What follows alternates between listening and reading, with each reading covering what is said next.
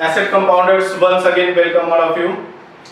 आज हम लोग बेसिक ऑफ यूएसडी आईएनआर के बारे में देखेंगे। यूएसडी आईएनआर क्या है इसके बारे में जानेंगे, कैसे ट्रेड होता है ये जानेंगे।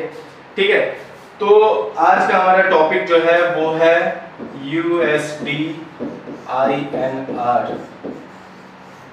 ओके, ये है आज हमारा टॉपिक। जो इसमें बेस करेंसी है दोस्तों, बेस करेंसी क्या है? यूएसडी। एंड कोड करेंसी क्या है? आईएनआर। ओके, बेस करेंसी जो है वो इसमें क्या है? यूएसडी। एंड कोड करेंसी क्या है? आईएनआर। ये सिर्फ इसके लिए रूल नहीं है, ये हर करेंसी पेयर के लिए रूल होता है। जो भी हमारा बेस करेंसी होता है वो पहले लिखा जाता है। जो भी बेस करेंसी होता है वो पहले लिखा जाता है, जो कोड करेंसी होता है उसको बाद में लिखते हैं। जैसे AABB ये एक करेंसी पेयर है, ठीक है। तो इसमें आपसे पूछा जाए कि बेस करेंसी क्या है तो हम क्या बोलेंगे? बेस करेंसी है AA एंड कोड करेंसी क्या है? BB। ओके, ये तो हम लोग इंडियन रुपीस का वैल्यू क्या है यूएसडी आईएनआर के अगेंस्ट पे, ये हम लोग यूएसडी आईएनआर के प्राइस वैल्यू से पता करते हैं कि यूएस आईएनआर क्या रेट चल रहा है कंपेयर विथ यूएसडी। तो हम लोग हमेशा बेस करेंसी से यहाँ पे कंपेयर करते हैं। ओके, तो अब हम लोग सबसे स्मॉलेस्ट टिक देखेंगे। सबसे स्मॉलेस्ट टिक क्या होता है यूएसडी आईएनआर में? जैसे इंडियन मार्केट में एनएसई, जैसे इंडियन मार्केट में हम लोग देखते हैं, इंडियन स्टॉक मार्केट में सबसे स्मॉलेस्ट टिक जो होता है, स्मॉलेस्ट टिक जो होता है वो क्या होता है? 0.05। मतलब ये मिनिमम मूवमेंट माना जाता है। कितने का माना जाता है मिनिमम मूवमेंट? 0.05 का। अगर कोई शेयर चल रहा है 3 रुपया तो उसका नेक्स्ट प्राइस क्या होगा? 3.05। मिनिमम प्राइस जो आ सकता है वो ये होगा मिनिमम वैल्यू। ठीक है, तो जो टिक प्राइस होता है वो, जो टिक साइज भी बोला जाता है इसको, ठीक है, टिक साइज, तो वो क्या होता है? 0.05। ये हो गया हमारा इक्विटी में। ओके, एंड करेंसी में यही चीज हम लोग देखते हैं कि करेंसी में क्या होता है। करेंसी में जो टिक साइज होता है, टिक साइज इन करेंसी, ये क्या होता है? 0.0025। 0.0025 ये एक मिनिमम स्मॉलेस्ट वैल्यू होता है। ठीक है, अगर कोई सपोज कीजिए कि हमारा इंडियन रुपीस जो है यूएसडी आईएनआर के अगेंस्ट में वैल्यू कितना है? 74। तो इसका अगला जो प्राइस होगा वो मिनिमम क्या होगा? वो होगा 74.025। ओके, ये हमारा अगला वैल्यू होगा। इसके बाद 74.005, इसके बाद 74.0075, देन 74.01 पैसा। इस तरह से हम लोग बढ़ते जाएंगे। ये जो 1 है ये 1 पैसा हो गया, 74 रुपए 1 पैसा। ओके, इसके बाद क्या आएगा? 74.0125। क्यों?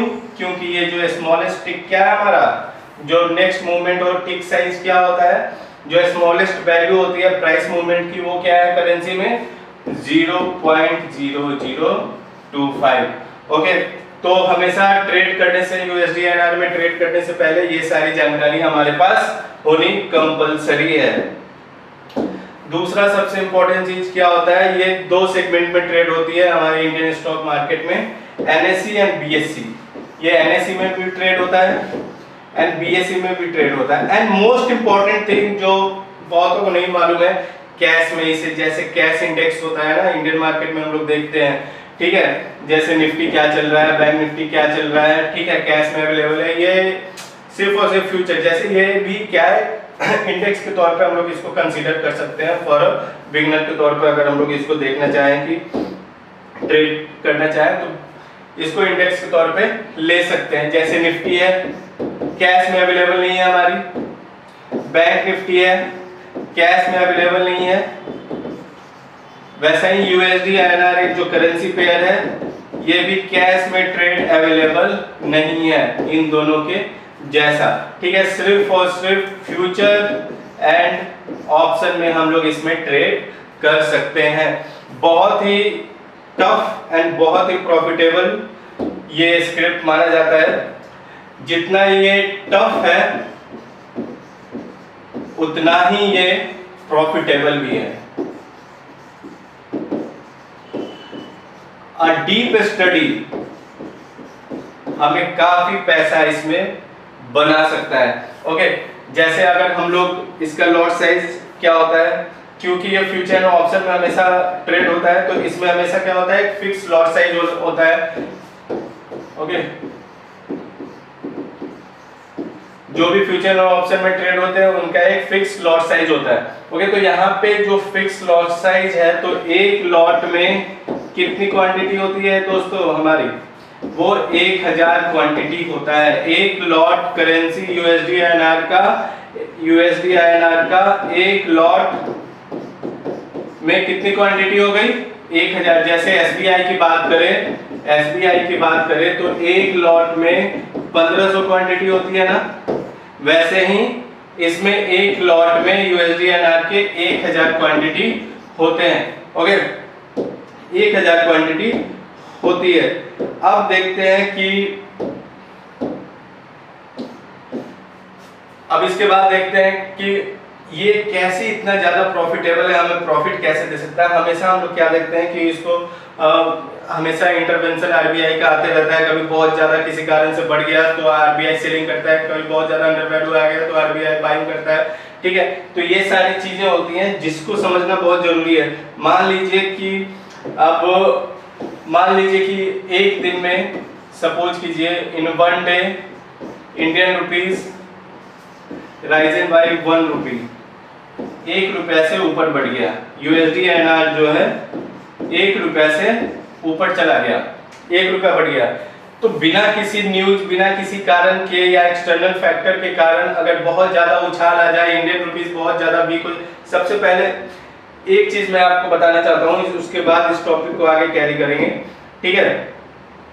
अगर मैं आपसे बोलता हूं कि अभी यूएसडी आईएनआर चल रहा है 74.01, आज सुबह 9 बजे का टाइम है, ठीक है। तो ये जो 9 बजे मार्केट यूएसडी आईएनआर का मार्केट का टाइमिंग क्या होता है, सबसे मोस्ट इंपॉर्टेंट चीज, यूएसडी आईएनआर का मार्केट का टाइमिंग होता है मंडे टू फ्राइडे। अगर कोई हॉलीडे ना हो तो Monday to Friday 9 AM to 5 PM। Okay, 9 AM to 5 PM, ठीक है। ये यूएसडी आईएनआर का वर्किंग आवर है। यूएसडी आईएनआर इतने टाइम पीरियड के अंदर हम लोग ट्रेड कर सकते हैं। अब मैं आता हूं, अगर 9 बजे यूएसडी आईएनआर ओपन हुआ, कितने पे ओपन हुआ, 74 रुपए 1 पैसे पे, और 2 घंटे बाद ये हो गया 74 रुपया 25 पैसा, ठीक है। ये कितना हो गया, 74 रुपया 25 पैसा, ऊपर चला गया। ये इसकी वैल्यू क्या हुई, ऊपर चली गई। अब इसकी वैल्यू ऊपर चली गई तो हमें ये देखना है कि इंडियन रुपीस मजबूत हुई या कमजोर हुई। तो यहाँ पे हम लोग क्या देखेंगे, इंडियन रुपीस जो है, इंडियन रुपीस क्या हुई है, वीक हुई है हमारी। इंडियन रुपीस क्या हुई है, वीक हुई है, कमजोर हुई है। क्यों, देखो पहले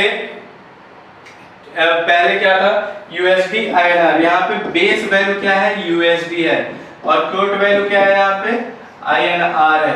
ओके, मतलब इंडियन रुपीस है, ठीक है। पहले $1 जो था उसका वैल्यू 74 रुपया 1 पैसा था, ठीक है, इंडियन रुपीस के हिसाब से।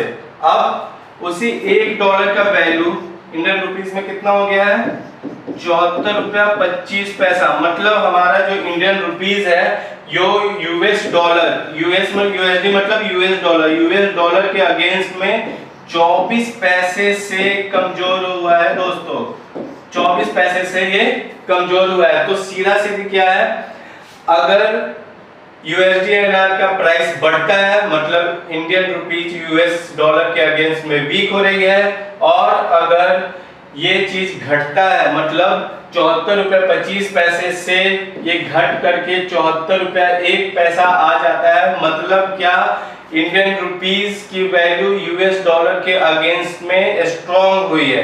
क्या हुई है? स्ट्रॉन्ग हुई है।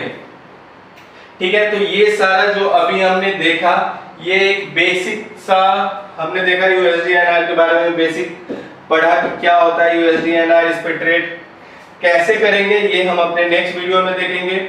15 नवंबर, जी हाँ 15 नवंबर से हमारा एक स्पेशल बैच शुरू हो रहा है जिसमें हम लोग बेसिक ऑफ इक्विटी मार्केट के बारे में बताएंगे, तो इसे ज्वाइन करना ना भूलें। डिस्क्रिप्शन में हमने अपना contact number and email ID दिया हुआ है, उस पर जा करके लॉगिन करें, रजिस्टर करें।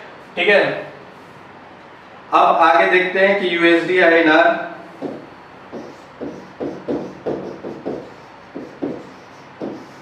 वॉल्यूम के केस में क्या है, वॉल्यूम इसमें कैसी रहती है। यूएसडी एनआर में सेम चीज होता है, लेकिन इसमें जो कॉन्ट्रैक्ट होते हैं ना, मोस्ट इंपॉर्टेंट थिंग, वो 12 मंथ के एक साथ खुलते हैं। ओके, वो 12 मंथ के एक साथ खुलते हैं। Indian future NSC future option में क्या होता है, सिर्फ 3 मंथ के कॉन्ट्रैक्ट ओपन होते हैं। Okay, current month plus 2 month आगे का। लेकिन इसमें क्या है, अगर जनवरी चल रहा है ना तो दिसंबर तक का कॉन्ट्रैक्ट खुला रहता है, और दिसंबर तक के कॉन्ट्रैक्ट पे हम लोग काम कर सकते हैं। ऐसे बहुत सारी चीजें हैं जो बहुत लोगों को पता नहीं है और यूएसडी एनआर में ट्रेड करने लगते हैं। तो ऐसी जानकारी के लिए जुड़े रहे हमसे, और नेक्स्ट वीडियो जो हम बनाएंगे वो एक्सक्लूसिवली यूएसडी एनआर पे होगा, और इसमें बहुत सारी ऐसी चीजें बताई जाएगी जो आपको ट्रेड करने में बहुत हेल्प करेगी, मदद करेगी। हमारे साथ बने रहें और देखते रहें हमारा चैनल एसेट कंपाउंडर्स। हमारे चैनल को लाइक, शेयर एंड सब्सक्राइब करना ना भूलें। Thank you so much.